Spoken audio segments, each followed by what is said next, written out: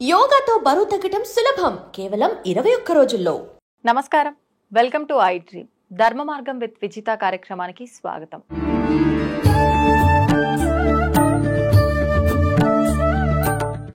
నమస్కారం అండి. వాగర్థ వివ సంపృక్తౌ వాగర్థ ప్రతిపత్తయే జగతః పితరౌ వందే పార్వతీ పరమేశ్వరౌ. సదాశివసమారంభాం శంకరాచార్య మధ్యమాం అస్మదాచార్య పర్యంతం వందే గురు పరంపరాం. ఆదిత్యాయ చ సోమాయ మంగళాయ బుధాయ చ గురుశుక్ర శనిభ్యశ్చ రాహవే కేతవే నమః. శృంగేరి జగద్గురు పీఠాధిపతులకి కంచి పీఠాధిపతులకి నమస్కారములు తెలియజేసుకుంటూ కార్యక్రమాన్ని ప్రారంభిద్దాం. గురుగారు, ధనత్రయోదశి రోజు మనం ఆచరించాల్సిన విధి విధానాలు ఏంటి? ముఖ్యంగా ధనత్రయోదశి అనగానే లక్ష్మీ అమ్మవారి పూజ. లక్ష్మీ అమ్మవారి పూజ ఏ సమయంలో చేయాలి? ఇంకొక సందేహం ఏంటి అంటే, అసలు ధనత్రయోదశి ఏ రోజున జరుపుకోవాలి అనే సందేహం చాలా మందిలో ఉంది. దాని గురించి తెలియజేయండి. తప్పకుండా అమ్మా. వీటన్నిటికంటే తెలుసుకునే ముందు దీపావళి అనే పదానికి అర్థం తెలుసుకుందాం. దీపావళి అని అంటే దీపముల యొక్క వరుస.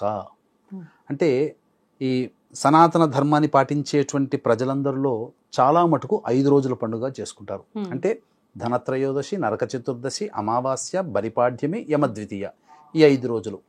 కానీ చాలా చోట్ల కొన్ని ప్రాంతాలలో 3 రోజుల పండుగగా చేసుకుంటారు. అంటే ధనత్రయోదశి, చతుర్దశి, అమావాస్య. అయితే ఈ సంవత్సరం రోజున మధ్యాహ్నం 1:14 వరకు ఈ యొక్క త్రయోదశి తిథి ఉంది. కాబట్టి వీక్షించేటువంటి ఐ డ్రీమ్ ప్రేక్షకుల్లో చాలా మంది ఏమనుకుంటారంటే, సూర్యోదయానికి ఏ తిథి ఉందో ఆ తిథి నాడు ఆ పండుగ చేసుకోవాలని అనుకుంటారు. అయితే వాస్తవానికి కొన్ని పండుగలు చేసుకునేటువంటి సందర్భంలో, శివరాత్రి అనుకోండి, రాత్రిపూట చేసుకునే పండుగ. అలాగే హోళీ పగలుపూట చేసుకునే పండుగ. అలాగే ఇంకా పౌర్ణమి, కార్తీక పౌర్ణమి, రాత్రిపూట పౌర్ణమి ఉండాలి. అలాగే ఈ యొక్క త్రయోదశి తిథికి సంధ్యా సమయంలో ఉండాలి త్రయోదశి తిథి. కాబట్టి సంధ్యా సమయంలో త్రయోదశి ఉన్నది 29వ తారీఖు రోజున. అంటే దీని వెనక ఉన్నటువంటి గాథ గనక మనం గమనించుకున్నట్లయితే, ఇంద్రుని యొక్క అహంకారానికి బాధపడినటువంటి లక్ష్మీ అమ్మవారు వెళ్ళిపోతుంది వైకుంఠం నుంచి తన తండ్రి అయినటువంటి సముద్రుడి దగ్గరికి. మళ్ళీ అమ్మవారిని తీసుకురావాలి. ఎందుకంటే లక్ష్మీ కళ పోవడం వల్ల, లక్ష్మి అంటే డబ్బు కాదమ్మా, కళ, ఒక అందమైనటువంటి స్థితి అని అర్థం. సంతోషము, లక్ష్మీ కళ అంటే సంతోషము. ముల్లోకాలలో సంతోషాదులు లేకుండా పోయాయి. విచారవదనంతో ప్రజలందరూ ఉన్నప్పుడు అందరూ ఆ విష్ణుమూర్తిని వేడుకొనగా, అప్పుడు ఈ క్షీరసాగర మథనం అనేటువంటిది జరిగింది. ఆ క్షీరసాగర మథనంలో ఉచ్చైశ్రవం అంటే రెక్కలు కలిగినటువంటి గుర్రం, తెల్లటి ఐరావతం, అలాగే పారిజాత పుష్పము, హాలాహలము, లక్ష్మీదేవి, వీళ్ళందరూ ఉద్భవించారు. విష్ణుమూర్తి కూడా ధన్వంతరి అవతారంతో ఈ రోజునే, అనగా త్రయోదశి తిథి రోజున జన్మించడం జరిగింది. అందుకే చాలా మంది ఆయుర్వేదంలో ఉన్నటువంటి వాళ్ళందరూ ఈ ధనత్రయోదశి రోజున ధన్వంతరి హోమం చేస్తారు. ఎందుకంటే అనారోగ్యం, అపమృత్యు భయ దోషము తొలగిపోతుంది. ఎందుకు ధన్వంతరి అవతరించాల్సి వచ్చింది అని అంటే, లోకకంటకమైనటువంటి హాలాహలం అనగా ఆ విషం అనేటువంటిది పైకి వచ్చినప్పుడు, అనగా ఉద్భవించినప్పుడు దాన్ని స్వీకరిస్తాడు. ఆ ఈశ్వరునికి మళ్ళీ తిరిగి మృత్యుంజయుని చేయడం కోసమే ధన్వంతరి ఆయుర్వేద పితామహ అమృత కలశహస్తం పట్టుకొని వచ్చాడు. ఈ విధంగానే మోహిని అవతారం, ఇవన్నీ కూడా ఈ తదనంతరంగా వచ్చినటువంటివి. అయితే ఈ లక్ష్మీ పూజ ఎప్పుడు కూడాను సంధ్యా సమయంలోనే చేయాలి. సూర్యాస్తం అయిపోయిన తర్వాత. ఎందుకనంటే సూర్యాస్తం అయిన తర్వాత చీపురు ఊడవకూడదు. కానీ ఇంట్లో ఖచ్చితంగా పొద్దున ఎట్లా అయితే దీపాలు పెట్టుకుంటామో, సాయంత్రం సంధ్యా సమయంలో కూడా దీపారాధన చేసుకుంటాం. ఎందుకంటే ప్రతి ఇంట్లో కూడా లక్ష్మీదేవి వచ్చి వెళుతుంది, నన్ను పూజించారా లేదా, దీపం అంటే లక్ష్మీదేవి చాలా ఆనందపడుతుందట. అందుకనే లక్ష్మీ యొక్క అనుగ్రహం కోసం ఈ 5 రోజుల పాటు దీపావళి పండుగ వరుసగా ఇంట్లో మొత్తం కూడా చుట్టుపక్కల ఆవరణలంతా కూడా దీపాలు పేరుస్తారు. కాబట్టి సంధ్యా సమయంలో ఈ యొక్క ధనత్రయోదశి రోజున సంధ్యా సమయంలో లక్ష్మీ పూజ చేయాలి. సమయం ఉంటుందమ్మా. ఎందుకనంటే లక్ష్మీ అమ్మవారికి ఉన్నటువంటి నామాల్లో చంచలాయ నమః, చపలాయ నమః అంటే ఒక చోట స్థిరంగా ఉండదు. అమ్మవారు ఈ రోజున ఉద్భవించింది త్రయోదశి తిథి రోజున. కాబట్టి ఆ ఉద్భవించినటువంటి అమ్మవారిని ఒడిసి పట్టుకొని మన ఇంట్లో స్థిరంగా ఉంచుకోవాలి. అంటే ఉన్నటువంటి ద్వాదశ లగ్నాలలో, స్థిర లగ్నాలలో ఈ పూజ చేసుకోవాలి. స్థిర లగ్నాలు ఏంటి? వృషభం, సింహం, అలాగే వృశ్చికం మరియు కుంభం. ఇవి స్థిర లగ్నాలు. ఈ స్థిర లగ్నాలలో ప్రత్యేకమైనది వృషభం. ఎందుకంటే నవగ్రహాలలో లక్ష్మీదేవి అధిష్టాన దేవతగా ఉన్నటువంటి గ్రహం ఏదంటే శుక్రుడు. కాబట్టి శుక్రునికి సంబంధించిన లగ్నం వృషభ లగ్నం, స్థిర లగ్నం. కాబట్టి ఖచ్చితంగా త్రయోదశి తిథి రోజున ఆ రోజున సాంధ్యా సమయంలో వృషభ లగ్నం ఉంటుంది. ఎప్పటి నుంచి వీక్షించేటువంటి ఐడ్రీమ్ ప్రేక్షకులు కూడా లక్ష్మీ అమ్మవారికి సంబంధించినటువంటి పూజా విధానము క్లుప్తంగా మీకు తెలియజేస్తాను. అనగా సూర్యాస్తమయం ఆ రోజున 5:42 వరకు ఉంది. కాబట్టి సూర్యాస్తమయం అయిన తరువాత వెంబడే చేపట్టాల్సినటువంటి మొట్టమొదటి విధానము యమదీపం అనేటువంటిది పెట్టాలి. ఇంటిలో తలుపు దగ్గరనైనా, సింహద్వారం దగ్గరనైనా, లేదా ఆవరణలో దక్షిణ దిక్కు వైపు దీపము వెలగాలి. సుమారు 6:30, 5:42 నుంచి 6:33 మధ్య కాలంలో యమదీపం పెట్టాలి. అంటే ఒక మట్టి ప్రమిద తీసుకొని దాని మీద మళ్ళీ ఇంకొక మట్టి ప్రమిద తీసుకొని అందులో నువ్వుల నూనె కానీ ఆవు నెయ్యి కానీ వేసి ఒక ఒత్తి మాత్రమే వెలిగించాలి. వెలిగించి ఉప్పు ఉంటుంది కదమ్మా, ఆ ఉప్పుని ఒక గళ్ళ ఉప్పుని ఒక రాశిగా పోసి దాని మీద యమదీపం పెట్టి అది ఆ దీపము దక్షిణ దిక్కు వైపున చూడాలి. ఆ విధంగా యముడికి నమస్కారం చేయాలి. ఏక ఒత్తి ఎందుకని గురుగారు? మనకు ఎప్పుడైనా కానీ దక్షిణ దిక్కు వైపున విధానంలో దీపారాధన చేసేటప్పుడు ఒకే ఒక సందర్భంలో పెడతాం. ఎప్పుడు మరణించినటువంటి వారి యొక్క తల దక్షిణం వైపు ఉంటుంది. పెట్టి వారి తల దగ్గర ఒక దీపం ఆరాధన చేస్తాం. దేవతా పూజల్లో 3 దీపాలు, సాధ్యం త్రివర్తి సంయుక్తం స అజ్యం, అంటే ఆ ఆవు నెయ్యితో కలిసినటువంటి 3 ఒత్తులు కలిపినటువంటి ఒక వత్తి. కానీ ఇక్కడ ఒక వత్తే పెట్టాలి, 3 ఒత్తులు కలిపి కాకుండా ఒక వత్తినే పెట్టి అప్పుడు దక్షిణ వైపున పెట్టాలి. పెట్టి యముడికి ఒకసారి నమస్కారం చేసుకోవాలి. చేసుకున్న తర్వాత సంధ్యా సమయంలో 6:33 తర్వాత మనకు ఎప్పుడు 6:45 నుంచి 8:46 వరకు వృషభ లగ్నం ఉంది. ఈ వృషభ లగ్నంలో సంబంధించినటువంటి లక్ష్మీ పూజ చేసుకోవాలి. లక్ష్మీ పూజ ఏ విధంగా చేసుకోవాలి అని అంటే, వీక్షించేటువంటి ఐడ్రీమ్ ప్రేక్షకులు కూడా ఈ యొక్క ధనత్రయోదశి సందర్భంగా అక్టోబర్ 30వ తారీఖు రోజున ఈ లక్ష్మీ అనుగ్రహం కోసం వృషభ, మిథున, కర్కాటక, సింహతుల, వృశ్చిక, మకర, కుంభమీన రాశుల్లో జన్మించిన వారికి శనిదోష నివారణ కోసం, వివాహం కోసం, ఉద్యోగం కోసం, దాంపత్య సమస్యల కోసం మరియు అపమృత్యు భయం దోషం తొలగిపోవడానికి లక్ష్మీ మూలమంత్ర సంపృతి లక్ష్మీ సూక్త హోమాలతో పాటు ధన్వంతరి హోమాలు కూడా పర్ హెడ్ 1500 చేయించడం జరుగుతుంది. అలాగే కార్తీక మాసం నెల రోజుల పాటు మహన్యాసపూర్వక రుద్రాభిషేకం కూడా జరిపించడం జరుగుతుంది. వీటికి సంబంధించినటువంటి వివరాలు కార్యక్రమ తదనంతరం కాంటాక్ట్ చేసి తెలుసుకోవచ్చు. ఇక లక్ష్మీ పూజ ఎప్పుడు చేసుకోవాలి? లక్ష్మీ పూజ ఎప్పుడు చేసుకోవాలి అని అంటే, వీక్షించేటువంటి ప్రేక్షకులు కూడా చక్కగా ఆనందంగా చేసుకోవాలి. లక్ష్మి అంటే నవ్వుతూ ఆనందంగా చేసుకునేటువంటి పూజ, అంటే సంతోషముగా ఉండాలి. 6:45 నుంచి 8:46 వరకు వృషభ లగ్నం ఉంటుంది. మీకు ఇంతకుముందే చెప్పానమ్మా నేను మాటల సందర్భంలో. ఈ సంవత్సరం ప్రత్యేకమైనటువంటి అదృష్టం మనకు. మళ్ళీ ఇటువంటి అదృష్టం కలగాలంటే 12 సంవత్సరాలు నిరీక్షించాలి. అంత అదృష్టం అంటే ఏంటండి? ఎందుకనంటే నవగ్రహాలలో ధనకారకుడు ఎవరంటే గురువు, విద్యాకారకుడు గురువు, పనులలో అనుకూలత కావాల్సిన వాడు గురువే, ఇవ్వాల్సిన వాడు, కీర్తి ప్రతిష్టలకి కూడా గురువే, ముఖ్యంగా సంతానాన్ని ప్రసాదించేవాడు కూడా గురువే. సంతానం మంచిగా ఉండాలన్నా ఈ 5 గురువు దగ్గర ఉంటాయి. అటువంటి గురువు వృషభ లగ్నంలో ఈ సంవత్సరం ఉన్నాడు. మళ్ళీ అట్లాంటి గురువు వృషభ లగ్నంలో రావాలి అంటే 12 సంవత్సరాలు నిరీక్షించాలి. అంతటి విశేషమైనటువంటి రోజు ఈ యొక్క త్రయోదశి అక్టోబర్ రోజున. అంతేకాకుండా లగ్నాధిపతి అయినటువంటి శుక్రుడు కూడా వృశ్చికంలో ఉన్నాడు. అందువల్ల గురు శుక్రులు పరస్పరం వీక్షణ చేసుకుంటున్నారు. ఎంతటి విశేషమైనటువంటి దివ్యమైనటువంటి ముహూర్తం అంటేనమ్మా ఈ క్రోధినామ సంవత్సరంలో ధనముతో, దాంపత్య సమస్యలతో, మనోవైకల్యముతో బాధపడేటువంటి వాళ్ళందరూ కూడా ధనత్రయోదశి రోజున చెప్పినటువంటి సమయంలో గనక లక్ష్మీ పూజ చేసుకుంటే ఖచ్చితంగా దైవానుగ్రహం కలుగుతుందమ్మా. అందులో సందేహం లేదు. మొట్టమొదలుగా గణపతి యొక్క అనుగ్రహం తీసుకోవాలమ్మా. గణపతిని నమస్కారం చేసుకొని నిండైన మనస్సుతో నాకున్నటువంటి సమస్య పరిష్కారం కావడం కోసం నేను లక్ష్మీ పూజ చేసుకుంటున్నాను, అనుగ్రహించు స్వామి అని గణపతిని నమస్కారం చేసుకొని తదనంతరం ఆ యొక్క లక్ష్మీ విగ్రహం వెండితో చేసిందైనా, రాగితో చేసినదైనా, లేదా ఇత్తడితో చేసినదైనా, కనీసము లక్ష్మీ రూపు దొరుకుతుంది. వెండి రూపైనా, బంగారు రూపైనా, ఇత్తడి రూపైనా, లేదు 5 రూపాయల కాయిన్. ఎందుకు 5 రూపాయల కాయిన్ అన్నానంటే, మనకు 5 అనేటువంటిది లక్ష్మీప్రదం, బుధునికి సంబంధించినటువంటిది. కాబట్టి ఈ లక్ష్మీప్రదమైనటువంటి రోజున మనం 5 రూపాయల కాయిన్ పెట్టేనా కానీ పూజ చేసుకోవాలి. గణపతి అనుజ్ఞ తీసుకుంటాం. ఇక అందరికీ తెలిసిందే లక్ష్మీం క్షీర సముద్రరా జతనయాం శ్రీరంగధామేశ్వరీం అనేటువంటి యొక్క ధ్యాన శ్లోకంతో లక్ష్మీ అమ్మవారిని ధ్యానం చేసి అమ్మవారిని స్థిరంగా ఉండవని ప్రార్థించి తదనంతరం అమ్మవారికి అభిషేకం చేయాలి. అభిషేకం చేసేటప్పుడు ఇక్కడ ఒక చిన్న క్లారిటీ, ఒక సందేహం నివృత్తి చేస్తానమ్మా. ఇప్పుడు మీరున్నారు అంటే మీ ఇంటికి మీ అక్కయ్య వాళ్ళు, మీ బంధువులు ఎవరో వచ్చారు, మీ వారు కూడా మీ పక్కన ఉన్నారు. మా ఇంట్లో పలానా ఫంక్షన్ ఉందండి, గృహప్రవేశం ఉంది, లేకపోతే పిల్లవాడికి నామకరణం ఉంది, రండి అని చెప్పి మీకు ఒక్కరికి బొట్టు పెడితే మీరు వెళ్తారా? లేదు. మీ వారిని కూడా పిలుస్తారు కదా, ఖచ్చితంగా పిలవాలి కదా. ఎందుకు రాలేదమ్మా ఆ రోజునంటే నా భర్తను పిలవకుండా నన్ను పిలిచారు, ధర్మంగా లేదు కాబట్టి నేను రాలేదని సమాధానం చెప్తారు మీరు. అదే విధానం కూడా ఇక్కడ కూడా చాలా మంది ప్రేక్షకులు ఏం చేస్తున్నారంటే తన భర్త అయినటువంటి నారాయణుని పిలవకుండా లక్ష్మిని పిలుస్తున్నారు.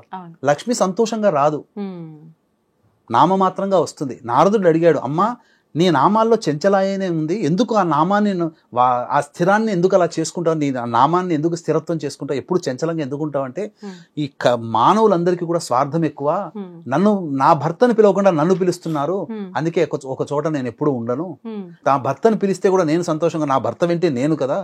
అందుకనే కలియుగ అర్చామూర్తి వెంకటేశ్వర స్వామి హృదయంలో హృదయలక్ష్మి ఉంటుంది. కాబట్టి వీక్షించేటువంటి ఐ డ్రీమ్ ప్రేక్షకులు మీరు ఎప్పుడు లక్ష్మీదేవత ఆరాధన చేసినా పక్కన ఖచ్చితంగా నారాయణుని కూడా పూజ చేయండి. అందుకనే చక్కగా నారాయణుని కూడా మంత్రాన్ని పూజ చేసి ఆవాహన చేసి తదనంతరం అభిషేకం, ఓం నారాయణాయ నమః అనుకుంటున్నాం, ఓం శ్రీం హ్రీం శ్రీం మహాలక్ష్మి నమః. ఏమి రావండి, మాకు మంత్రాలు రావు, మాకు ఏమి రావంటే నారాయణాయ నమః మహాలక్ష్మి నమః అనుకుంటూ అభిషేకం చేసి వస్త్రము ఇచ్చిన తర్వాత అలంకరణ చేసిన తర్వాత లక్ష్మీ గవ్వలని ఉంటాయమ్మా, పసుపు రంగులో ఉంటాయి. ఆ లక్ష్మీ గవ్వలు 108 తీసుకునైనా, లేకపోతే లక్ష్మీ తామర గింజలు ఉంటాయి, తామర గింజలు 108 అయినా, లేదు గులాబీ పుష్పాలు, వాటితోనైనా లక్ష్మీ అష్టోత్తరంతో పూజ చేయండి. పూజ చేసిన తర్వాత ధూపదీప నైవేద్యం, నైవేద్యముగా బిల్వ ఫలం, మారేడు ఫలం కానీ, అరటి పండ్లు కానీ, లేకపోతే బెల్లం పాయసం, కొబ్బరి పాలతో చేసినటువంటి బెల్లం పాయసం విశేషం అది. ఆ బెల్లం పాయసం నైవేద్యంగా పెట్టి అమ్మవారికి నమస్కారం చేసుకొని ఈ త్రయోదశి దారభ్యత 5 రోజుల పాటు సంధ్యా సమయంలో కనుక లక్ష్మీ పూజ చేసిన వాళ్ళకి ఖచ్చితంగా దారిద్ర్య బాధలు తొలగిపోతాయి, ఈ సంబంధించినటువంటి దాంపత్య సమస్యలు తొలగిపోతాయి, సంతానం చాలా అభివృద్ధిలోకి వస్తారు, అలాగే వారి కుటుంబము ఏదైనా అపనిందలు పాలైతే అపనిందలు తొలగిపోతాయి.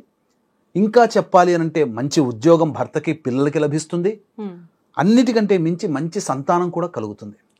ఈ లక్ష్మీ పూజ ఈ యొక్క ధనత్రయోదశి 5 రోజులు కూడా సంధ్యా సమయంలోనే చేయాలి. ఇదే సమయం అండి, ఇదే సమయంలో చేసుకుంటే ఇంచుమించు ఇదే సమయం, ఎందుకంటే సూర్యాస్తమయం ప్రతిరోజు మారుతుంటుంది కదా, ఇంచుమించు ఇదే సమయం.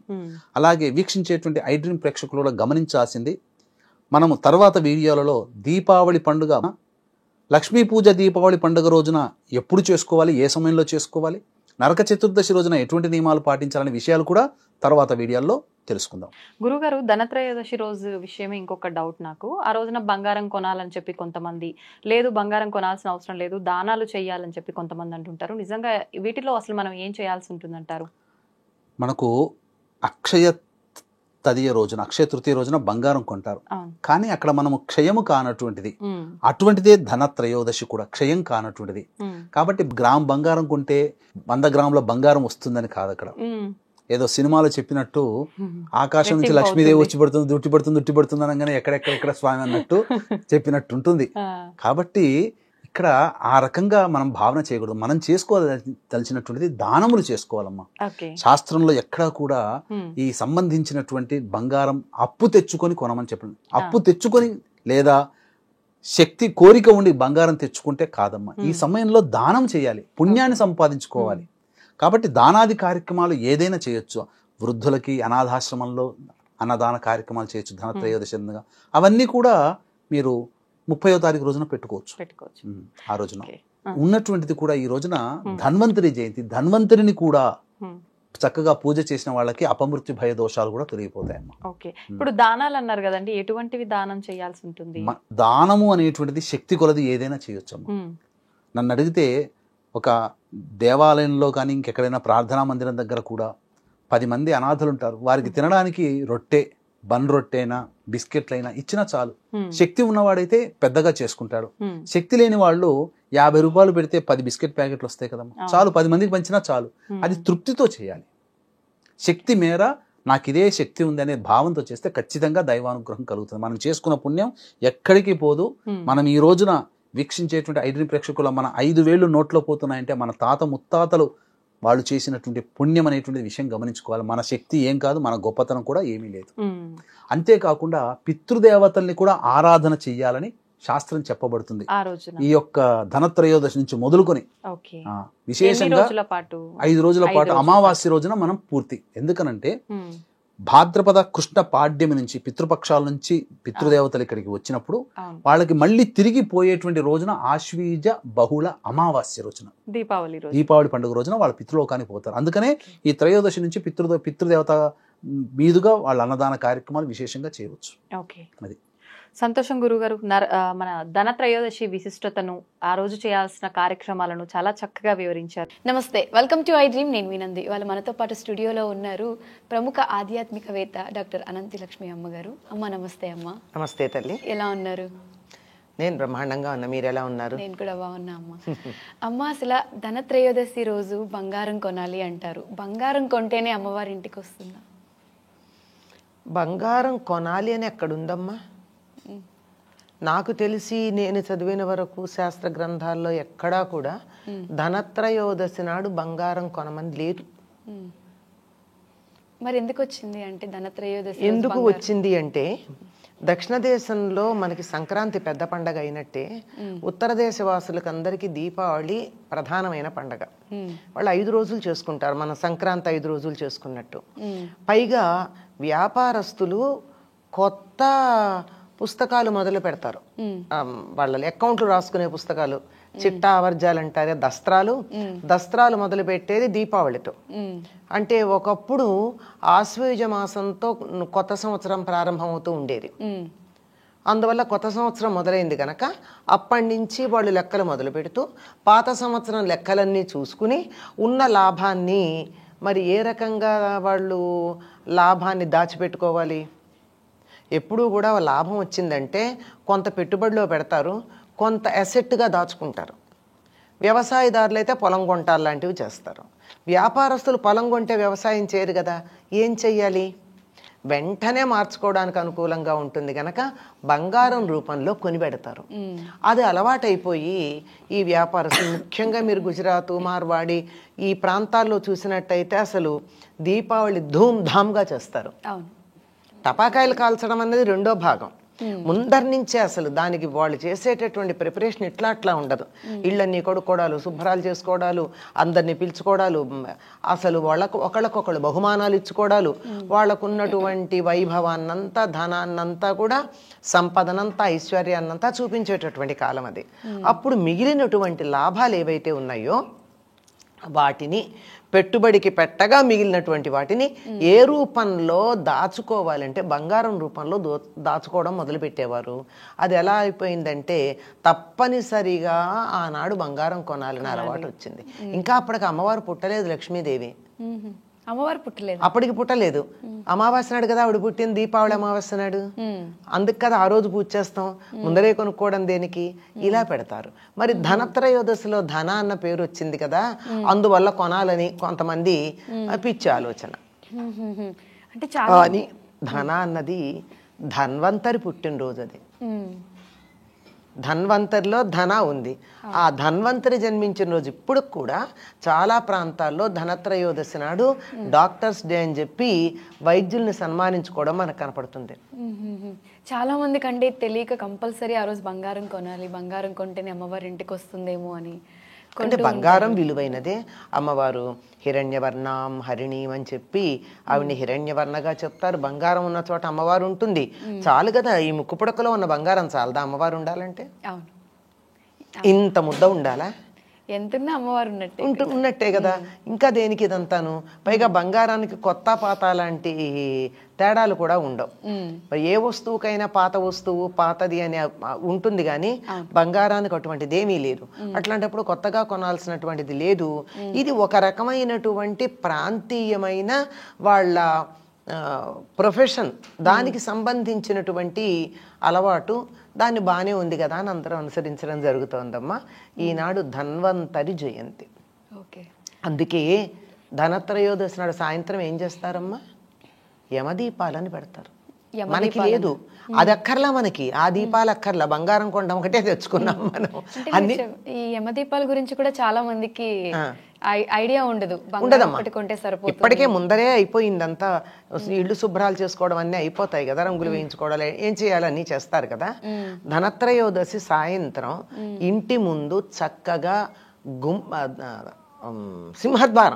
సింహద్వారానికి అటు ఇటు 2 దీపాలు పెడతారు. దానికి ఒక బెల్లం ముక్క నైవేద్యం పెడతారు. కొంతమంది గబ్బ కూడా పెడతారు, గబ్బ లక్ష్మీ స్వరూపం అని చెప్పి. అలా పెట్టి ఆ గుమ్మానికి పూజ చేసి, ఇంటికి లక్ష్మీదేవి, గుమ్మాన్ని లక్ష్మీదేవి అంటాం కదా, ఇంటికి లక్ష్మీ స్థానం అయినటువంటి గుమ్మానికి గడపకి పసుపు పూసి రంగులు ఇలాగ వేస్తాం గనక అక్కడ దీపాలు పెట్టి వీటిని యమదీపాలు అన్న పేరుతో మొదలు పెడతారు. ఉత్తర దేశంలో వాళ్ళు. మనం అది తీసుకోవటం లేదు. నరక చతుర్దశి నాడు దీపాలు పెట్టుకోవడం తీసుకోవటం లేదు. బంగారు కొనం అన్నది ఒక్కటి తీసుకుంటున్నాము. ఇది ఆరోగ్యం, ధన్వంతరి అంటే ఆరోగ్యానికి సంబంధించింది కదా. అది మొత్తం అంతా కూడా దీపావళికి సంబంధించిందంతా ఆరోగ్యానికి సంబంధించిన విశేషాలు, యమబాధలు తప్పించుకునే విశేషాలే కనపడతాయి ఇక్కడ. ఇది అక్కడి నుంచి అన్ని పేర్లు అవే వస్తాయి, మీరు గమనించినట్టు. అసలు దీపావళి అంటే ఏంటి? దీపావళి మనం అసలు ఎందుకు జరుపుకోవాలంటారు? దీపావళి అంటే పదానికి ఉన్నటువంటి అర్థం తీసుకుంటే దీపాల వరుస. వరుస దీపాలు. వరుస దీపాలు ఏమిటి? ఇంట్లో దీపం పెట్టుకుంటే చాలు కదా, లేదా వీధిలో ఒక దీపం ఉంటే చాలు కదా. దీపాల వరుస ఏమిటి అంటే, ఎవరన్నా ఏదన్నా ఒక దాని నుంచి కొంతకాలం దూరం అయితే అది దొరకంగానే ఆబగా అనుభవిస్తాం కదా. అంటే నరకాసురుడి పరిపాలనా కాలంలో ఇళ్లల్లో దీపాలు వెలిగించుకోవాలా. అందుకని ఎప్పుడైతే వాడు చచ్చిపోయాడో ఇన్నాళ్ళు దీపాలు వెలిగించుకోనటువంటి ఆ లోటునంతా బోల్డ్ దీపాలు వెలిగించుకు తీర్చేసుకున్నారు. ఇది కృతయుగం, ద్వాపర యుగంలో జరిగినటువంటి సంఘటన. శ్రీకృష్ణుడు సత్యభామ సహితంగా వెళ్ళి నరకాసురుని సంహరించాడు. అదే ఉత్తర దేశంలో ఒక కథ ఉంది, కానీ అది ఎంతవరకు నమ్మచ్చో తెలియదు. కానీ రాముడు అరణ్యవాసం నుంచి తిరిగి వచ్చే రోజున కూడా అయోధ్యవాసులందరూ దీపాలు, ఆవునేతి దీపాలు వెలిగించి, ఇన్ని దీపాలు ఎందుకు అంటే, ఇన్నాళ్ళు మా జీవితాలు చీకటైనాయి, నువ్వు వచ్చావు గనక మాకు వెలుగులు వచ్చిన దానికి సంకేతంగా దీపాలు వెలిగించామన్నారట. కానీ దీపావళి నాటికి రావణ సంహారం చేయలేదు రాముడు. కొన్ని ఇతివృత్తాలు అలా ఉన్నాయి ఉత్తర దేశంలో. అలాంటివి రావణాసురుని కాల్చటాలు అవన్నీ మనకు కనపడుతూనే ఉంటాయి. కానీ నిజంగా వాల్మీకి రామాయణం అనుసరించి అప్పుడు కాదు. కానీ వినడానికి బాగుంది, మనకేం నష్టమే ఉంది, ఉంది. ఏదైనా దీపాలు వెలిగించుకోవడం అన్నది చాలా ప్రధానమైంది. సాధారణంగా మనందరికీ కూడా అమావాస్య అంటే అది శుభప్రదం కాదు అని ఒక దురభిప్రాయం ఉంది. కానీ ఈనాడు లోకంలో చాలా శుభకార్యాలు జరిగాయి అమావాస్య నాడు. ఇదే దీపావళి అమావాస్య నాడు. అంటే దీన్ని మనం ఉత్తర దేశం వాళ్ళేమో కార్తీక కృష్ణ అమావాస్య అంటారు, మనమేమో ఆశ్వయుజ కృష్ణ అమావాస్య అంటాం. మనకి దీపావళి మర్నాటి నుంచి ఆశ్వయుజ మాసం, ఉత్తర దేశంలో ఇప్పుడు 15 రోజుల ముందు నుంచి ఆశ్వయుజ మాసం ఉంటుంది. అందుకే మీకు ప్రాచీన గ్రంథాలు చదువుతూ ఉంటే చిన్న చిన్న క్లాష్. ధనత్రయోదశి అంటే కార్తీక కృష్ణ త్రయోదశి అని ఉంటుంది. ఇది ఎప్పుడు చిన్నప్పుడు నాకు డౌట్స్ వచ్చేవి ఇవన్నీ. ఇది మరి కార్తీక కృష్ణ త్రయోదశి అంటే ఎప్పుడో తర్వాత కదా చివరి రావాలి, ముందు ఎట్లా, ఇలాంటి అనుమానాలు అనమాట. అందుకే మొత్తం చదివేసినట్టున్నారు. మరి తెలుసుకోకపోతే ఎట్లా, అయోమయంగా ఉంటే బుర్ర పాడైపోదు, అందుకని. కానీ అప్పుడేంటంటే వాళ్ళకి 15 రోజుల ముందు మొదలవుతుంది నెల. అందువల్ల అలా మొదలైనటువంటిది వాళ్ళకి కార్తీక అంటే వాళ్ళకి కార్తీక కృష్ణ అమావాస్య ఏదైతే ఉందో, మనం దీపావళి అనేది ఆ రోజునే విక్రమాదిత్య చక్రవర్తి ఎన్నో వేల మంది, 60,000 మంది అనుకుంటా, హూణులని వాళ్ళని ఈ దేశం నుంచి తరిమేసి మళ్ళీ సనాతన ధర్మానికి సంబంధించిన దాన్ని ప్రతిష్టాపించాడు. ఉత్తర దేశంలో ఇప్పటికీ ఒకటి విక్రమ్ సంవత్ అనే పేరుతో కాలగణన ఉంటుంది. క్రీస్తు శకం లాగా విక్రమ శకం, విక్రమాదిత్య శకం. దాని ప్రకారమే దీపావళితో కొత్త సంవత్సరం మొదలవుతుంది. దీపావళి కొత్త సంవత్సరం చెప్పుకున్నాం కదా. దీపావళి నాడే శత్రువులందరి దేశం నుంచి హూణులు మొదలైనటువంటి సనాతన ధర్మ వ్యతిరేకులందరినీ కూడా దేశాన్ని నుంచి తరిమేయటం జరిగింది. అందువల్ల ఉత్తర దేశంలో దానికి చాలా ప్రాధాన్యం ఉంది. అలాగే ఈనాడే లక్ష్మీదేవి పాలసముద్రంలో నుంచి ఆవిర్భవించటం వల్ల దుర్వాసుడి శాపం వల్ల వైభవం కోల్పోయినటువంటి ఇంద్రుడికి ఈనాడు మళ్ళీ వైభవం తిరిగి లభించింది. ఎందుకంటే నాకు మళ్ళీ ఎప్పుడు లభిస్తుంది అని అడిగితే, లక్ష్మీదేవి విష్ణువుని చేపట్టిన రోజున మాత్రమే నీకు వైభవం ఉంటుంది, వస్తుంది. అప్పటిదాకా నువ్వు కాంతిహీనుడివై శోభపోయి చేసిన అపరాధానికి శిక్షగా దుర్వాసుడు శపించాడు. కనుక లక్ష్మీదేవి ఆవిర్భవించి విష్ణువుని చేపట్టినటువంటి రోజు గనక ఈనాటితో దేవతలు దేవలోకంలో దీపావళి చేసుకుంటారు, దీపాలు వెలిగించుకుని. ఏదో త్రేతాయుగం గురించి కూడా అనుకున్నాం. ద్వాపర యుగం కథ నిన్న మొన్న జరిగింది, మనకి తెలుసు 5,000 సంవత్సరాల క్రితం జరిగింది. ఆ తర్వాత కాలంలో జరిగింది విక్రమాదిత్యుడికి సంబంధించింది. సిక్కులు కూడా ఎందుకు చేసుకుంటారంటే, హర్గోవింద్ సింగ్ అనుకుంటా సిక్కుల గురువు, అతన్ని ఔరంగజేబా ఒక మహమ్మదీయ రాజు చెరసాల్లో పెడితే తర్వాత వదులుతానన్నాడు.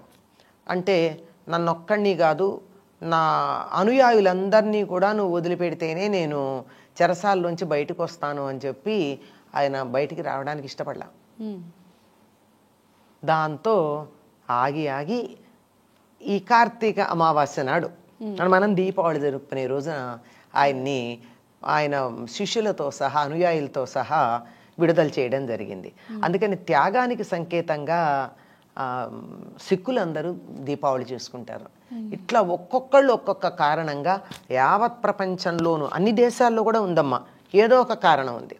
వాళ్ళ కారణాలు వేరువేరుగా ఉన్నాయి, కానీ అందరూ దీపావళి పండుగ చేసుకోవడం అన్నది ఉన్నది. దీపం ఏమిటి అంటే వెలుగుకి సంకేతం, జ్ఞానానికి సంకేతం. అజ్ఞానం, దుఃఖం, బాధ, అవిద్య, విచారం, అనారోగ్యం ఇలాంటి చీకట్ల నుంచి భిన్నమైనటువంటి సంతోషం, ఆనందం, ఆరోగ్యం, జ్ఞానం, విద్య మొదలైనటువంటి వెలుగులమయమైన లోకం మనకు కావాలి అనేటటువంటి దానికి మన ఆశలకి సంకేతం ఈ దీపాలు వెలిగించుకొని చేసుకునేటటువంటి దీపావళి. అమ్మ, దీపావళి అనగానే పిల్లలందరికీ ఒక పెద్ద ఇష్టమైన పండుగ అని మనం చెప్పుకుంటాము. దీపావళి ఎప్పుడెప్పుడు వస్తుందా అని వెయిట్ చేస్తూ ఉంటారు చాలా మంది. ఇప్పుడు ఏంటంటే పటాసులు కాల్చకూడదు, పొల్యూషన్ ఎక్కువైంది అని చాలా ఆపేస్తూ ఉన్నారు. అసలు ఈ పటాసులు కాల్చడం అనేది పురాణాల నుంచి ఉందా? పురాణ కాలాల్లో కూడా వాళ్ళు ప్రత్యేకంగా మనం ఇప్పుడున్నటువంటి రసాయనాలతో కూడి వాతావరణాన్ని ధ్వంసం చేసేటటువంటి టపాకాయలు కాల్చే పద్ధతి ఏం లేదు. అక్కడ వాయిద్యాలు మోగించటము, ధూపాలు వేయడము, దీపాలు వెలిగించటము, చక్కగా బాణసంచా కాల్చటం అనే బాణసంచా అంటారు. బాణసంచా అంటే ఏంటంటే బాణం ఇలా వేస్తారు, ఆ బాణం వేస్తే అది అక్కడెక్కడ వెలుగుతుంది. అంటే తారాజు వల్లాంటివి అనమాట. బాణం ఉంది కదా అందులో, అలాంటివి ఉన్నాయి. అందువల్ల వాటిల్లో ఏమిటంటే వాళ్ళు వేసేటటువంటివి వాతావరణానికి అనుకూలంగా ఉండేవే వేశారు. అందులో కొంత సూర్యకారం అంటారంటే ఫాస్ఫరస్ ఏమో ఫాస్ఫరస్, సల్ఫర్ గంధకం, ఫాస్ఫరస్ సూర్యకారం. ఇవి ఆ రెండింటి యొక్క కలయిక వల్ల వచ్చేటటువంటివి వాతావరణంలో ఉన్న క్రిములను పోగొడతాయి. అందుకని వాటితో కూడుకున్నటువంటి వాటిని మాత్రమే వాడేవారు. అందువల్ల పెద్దగా వాతావరణంలో వానలు తగ్గి వరి పొలాలలో కోతలు కోసి అక్కడ ఉన్న దోమలు, అసలు వరికొచ్చే ఒకనొక తెగులు పేరు తెలుసమ్మా, దోమకాటు అని. అంటే దోమలు విపరీతంగా ఉంటాయి వరి పొలాల్లో. ఎప్పుడైతే అవన్నీ వరి కోసేస్తారో అవన్నీ ఊళ్ళ మీదకి వచ్చేస్తాయి. ఈ వచ్చినటువంటి వాటన్నిటినీ పోగొట్టే పద్ధతి ఇది. ఇది ఎలా ఉండేదంటే మా చిన్నతనంలో కూడా మేము చూసాం. మాకు పాలేళ్ళు ఉంటారు కదా రైతుల ఇళ్లలో, ఈ పాలేళ్ళు తాటి మట్టల మధ్య ఒక పూల పొట్లం అని తయారు చేసేవారు. పేరు పూల పొట్లం. అంటే అదేముందంటే తాటి గిలకలు అంటారు. గిలకలంటే తాడి చెట్టులో ఆ మగ చెట్టుకు వచ్చేటటువంటి ఇన్ఫ్లోరసెన్స్ కాడలు అవి ఓకే. బాగుంటాయి. అవి ఇలా ఉంటే ఇంత పొడుగు. వాటిని తీసుకొచ్చి కాల్చి వాటితో చక్కని ఇది తయారు చేసేవారు, బొగ్గు. ఆ బొగ్గులో కొంచెం సూర్యకారం అది వేసి ఇట్లా ఇంకా కొన్ని ఏవో కలిపి ఇలా పొట్లం కట్టి తాటిమట్ట మధ్య ఇలా పెట్టి ఊరంతా తిప్పేవాళ్ళు. అంటే ఊరి పొలిమోరలంతా తిప్పారంటే బయట నుంచి ఏ రకమైనటువంటి క్రిములు రాకుండా, క్రిమి కీటకాలు రాకుండా ఉండేవి. మొత్తం అంతే అలాగే ఉండేవి. ఇళ్లల్లో కూడా చాలా హానికరం కానటువంటి వాటిని కాల్చుకునే పద్ధతి ఉండేది. అవి వెలిగించటం వల్ల వచ్చే ధూపం, గుగ్గిలం మొదలైనటువంటివి ఉంటాయి. వాటి వల్ల వాతావరణం పూర్తిగా ఏమీ పాడవదు, ఏదైనా చెడు ఉంటే పోతుంది.